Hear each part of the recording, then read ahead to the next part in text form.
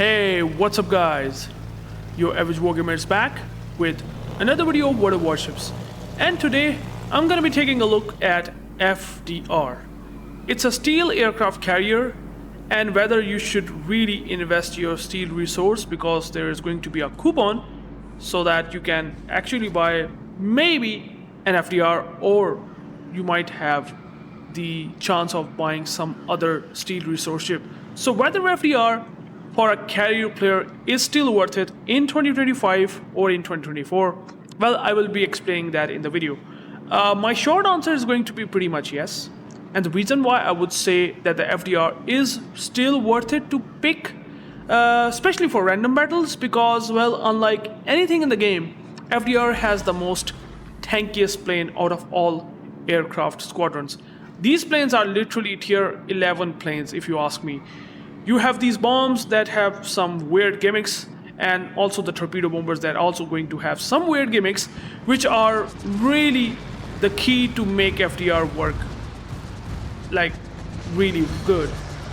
And for example, in this case, I'm dropping the Rhode Island. You can drop 8 of the bombs in FDR, and even only 4 of the bombs that you land almost do this like 90 to 95% of the damage that you typically get from the damage of max emilment skip HE bombers. That's what FDR really is. You have 8 bombs which almost deliver 11,000 alpha damage. They have slightly nerfed midway HE bombs, but they have more than 60mm penetration and having a really insane fire chance of more than 60%. And you drop 8 bombs compared to midway 6 bombs, so you can already imagine what this ship is really capable of. And that's the thing about the FDR. Look at the bombs. I got all 8 bomb hits, resulting in 2 fires, and Izumo cannot able to shoot down these planes. These planes are the most tankiest plane out of all carriers in the entire game. You have the HP, and especially with the Kilo Charlie flag that they are adding, it's getting replaced by the detonation flag. I mean, you're no longer able to get detonations on your ship. Carriers, fortunately, or I would say unfortunately, never able to get detonated, but the surface ships used to have this problem, but now they are solving it. And well, the thing about the Kilo Charlie flag is that it's making the FDR planes kinda buffed, because your squadron HP is going to be increased by 2.5%. Okay, now FDR has gotten nerfed like a couple of years ago with 5% HP nerf overall on these planes, the full squadron, which was actually really hitting the FDR hard. But with the Kilo Charlie flag in, if you apply it, you're getting 2.5% of the HP squadron back. And in the case of FDR has literally heavy cruiser levels of HP.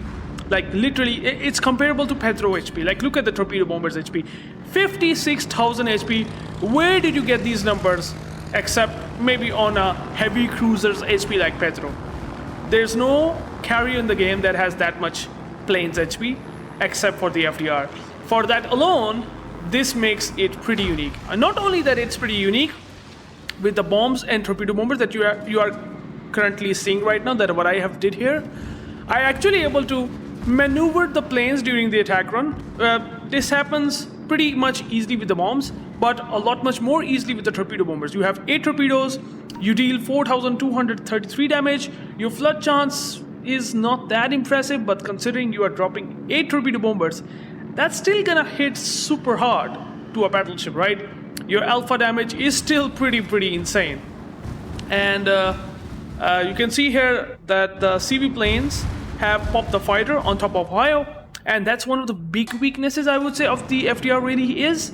Like FDR cannot able to just mitigate these fighter planes, because you do have a lot of planes, you have a lot of reserves, you have a lot of tanky HP, but it kind of does not really matter against the fighter plane. Now there's gonna be a funny part where I might able to get a torpedo hit on the submarine onto the superstructure that is like a periscope where the torpedo actually land, which is the most funniest thing.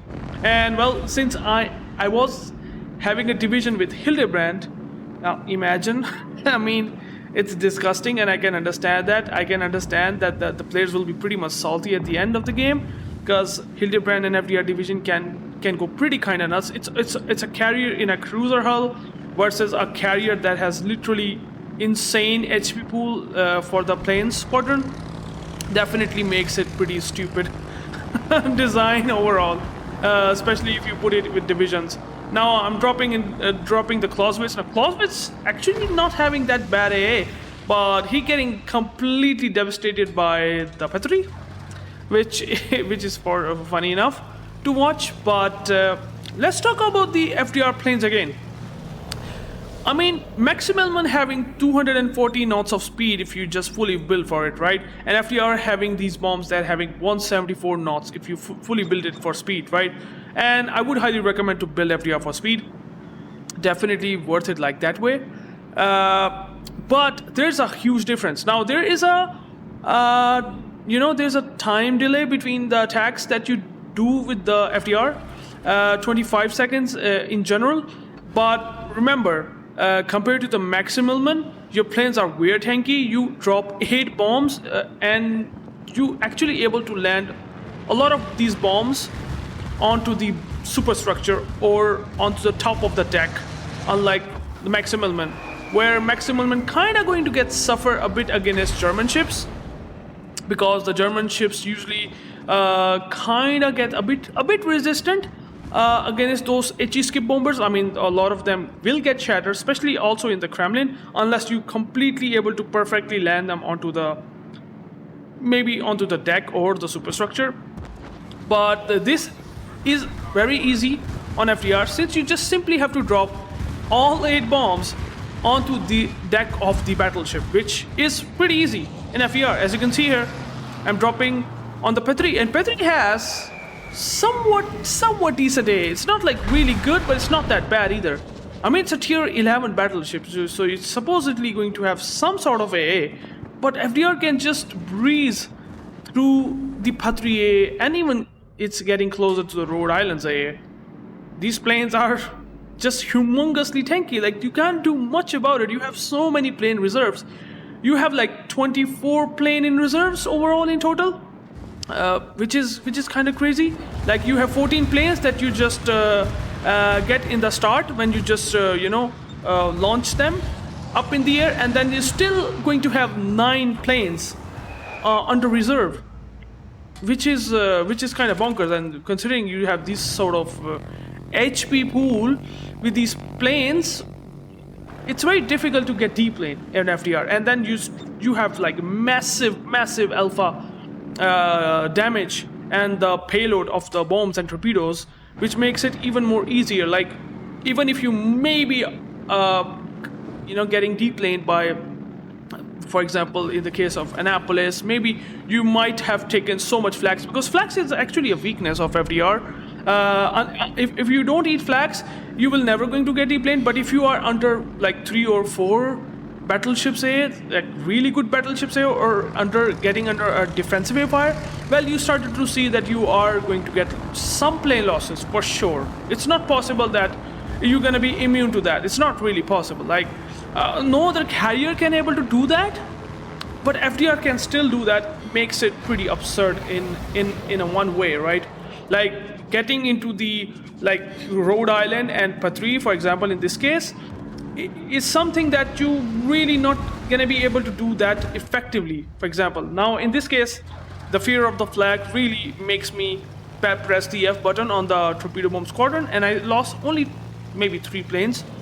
If I would have just dodged those flags and I would have managed my planes reserves a bit better in that case, these planes will not going to get shot down. That I have lost 3 of them on that planes.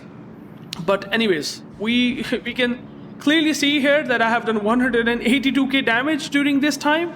Another thing that you can just only do that very quickly in FDR. Like, Maximilian can also pump out really good damage. Even Nakhimov can do that, but the Relentless strikes, and you just keep striking one guy like crazy quickly, and after 25 seconds you just come and attack again, is something that you can only do in FDR. Like in this case, look at that Patri. He has literally no choice. he was bowing in. He didn't able to, manage to just run away from that position, resulting in him just losing his entire ship. And I've done like consistent damage on that guy. And since I can land so many bombs onto that big hull and easily able to get 8 bomb hits because of that, that P3 is definitely bound to have a lot of issues. Now, that's also going to be the case for the Rhode Island as well. Look at that. You drop the bombs, I probably get unlucky, but once you started to learn the aspect of maneuvering these torpedo bombers and bombers in a way that you can land all the bombs and torpedo bombers, then you started to see that what FDR is capable of. It is still like ridiculously powerful. There's just no other way of saying that. It is still most broken ship in some ways. I'm not gonna say it's like the most broken ship in the entire game. It has some broken aspects that is still unlike anything that you can see in a carrier, without a shadow of doubt. And you can see here I also got 3 bomb hits on the Rhode Island. Missed the strike, but still got the result pretty effectively. Got the submarine randomly. If he's out there trying to torp me out there. I mean, I can understand the submarines typically do that, try to snipe the carriers. If they're competitive enough, sure, but it's not not that easy all the time. Anyways, let's talk about the torpedo bombers again. Now, torpedo bombers are, you have so many HP on the planes, and then you do have like crazy, striking capability. Like you're almost closer to the levels of Nakhimov Alpha Strike if you drop fully onto a single battleship, for example. So, for example, Nakhimov almost deal like 22,000, 23,000 damage with these torpedo bombers, and FDR also do the similar level of damage, slightly lower than Nakhimov, but you can understand where this is going. And the maneuverability that you can do is pretty insane. You can see here, I got all 7 torpedo hits, and it kind of shows that how busted that ship really is. So, I mean, I just outmaneuvered him by the torpedo bombers. This is something that you can only do that in FDR, and maybe slightly more in the Malta, but Malta still does not maneuver his planes like FDR. It's not possible that way. But again, FDR definitely shines a lot when you're able to just get a perfect drop while getting a perfect angle. You can just do that in FDR. This is how really strong this carrier really is. And not only that, since you just hover around the target like all the time almost, you're just also racking up so much spotting damage. Like, the spotting damage is so much that I able to just kill the midway with the help of Rhode Island and my torpedoes. So you can also see where this is going. Now, that poor Izumo that I have farmed at the start of the game somehow still managed to survive. So and especially with the massive HP pool and pretty garbage AA, I would say, of the Izumo, he's bound to be dead. Like, there's no other way of saying this, but he will not going to survive FDR full squadron. In fact, if I manage to get like 2-3 perfect strikes, he's dead, because the fires and like permanent fires and floods that you can stack on FDR is something that that is the most toxic thing that I can think of. Like, you cannot do that in any other game. Not in any other game, in any other carrier, I would say. And look at that, I got 7 bomb hits, 2 fires. He has to instant DCP, and guess what? The Jackson will start to farm him, and he's permanently spotted. He can't do anything. And one more perfect strike on Izumo, and he is going to get at least a permanent fire. The 60% fire chance of the bombs. The maneuverability of bomb is such that you just easily able to annihilate battleships. I mean, it's not fun if the battleships are taking FDR on. And look at that, the maneuverability that I was talking about. If you know what you're doing, someone already got on a fire, and I got all bomb hits, 8 bomb hits, imagine, resulting in like almost 14k damage. And his whole superstructure actually got completely saturated, by the way. So if he didn't have this saturated superstructure, he would have eaten 28k damage from these bombs, which is Yikes! I have no words other than other than saying yikes. It's kind of ridiculous. Like 284k damage, and you just casually farming super ships out there. Piemonte, they can't shoot down the planes. Isolated targets are just going to be having really bad time, and I think I missed that one. But 2 bombs, 2 fires. RNG is pretty crazy. But you can see here where this result is going. Like somehow we managed to kill everything, even the Smolensk is dead, and there is only Piemonte that is remaining. So guys, this kind of shows that FDR still having some insane capabilities. Unlike anything, you have so much HP, you can just breeze through some even tier 11 AA. If they are isolated, like tier 11 battleships are going to not having a good time against FDR. Maybe the only issue is like the fighter planes and the cruiser like Annapolis or maybe Austin that having a lot of flags. Those could be a problem, but still it's not something that you should be fearing of. You should not try to just invest so much your potential. You just try to just kill battleships initially. If you're able to do that, so then you can just take on cruisers later on, and you can then still easily able to rack up more than 300k damage every single game, almost every game, if it's lasting for more than 15 minutes. Like it's very much possible. In FDR it's like easy. So as you can see here, FDR shows insane capabilities with the torpedoes, with the bombs. Don't use fighters, those are not really good, so I won't say that you should use them. So well, that's what basically FDR is really look like. It's a nightmare. It's literally a nightmare on steroids. I don't know. And coupled with the Hildebrand and some Archer fish, you are up for a very, very toxic gameplay there with divisions. It's not even funny. It's really bad. I don't think so this division deserves any sort of karma in a positive way. This deserves to be sort of getting banned. I don't know what Wargaming is thinking, but that's what really it is. 2.5k base XP. It shows a lot. Detailed report. Port Patri. Even some of the ships, like for example the Izumo and Rhode Island, taken massive damage, and 8 torpedoes did almost 23k damage. And you can also do that almost in Nakhimov, which is possible, but then the faster ability under 25 after like 25 seconds to do that is something that you only get in on FDR. So I mean, you can just clearly say that whether you should buy it or not.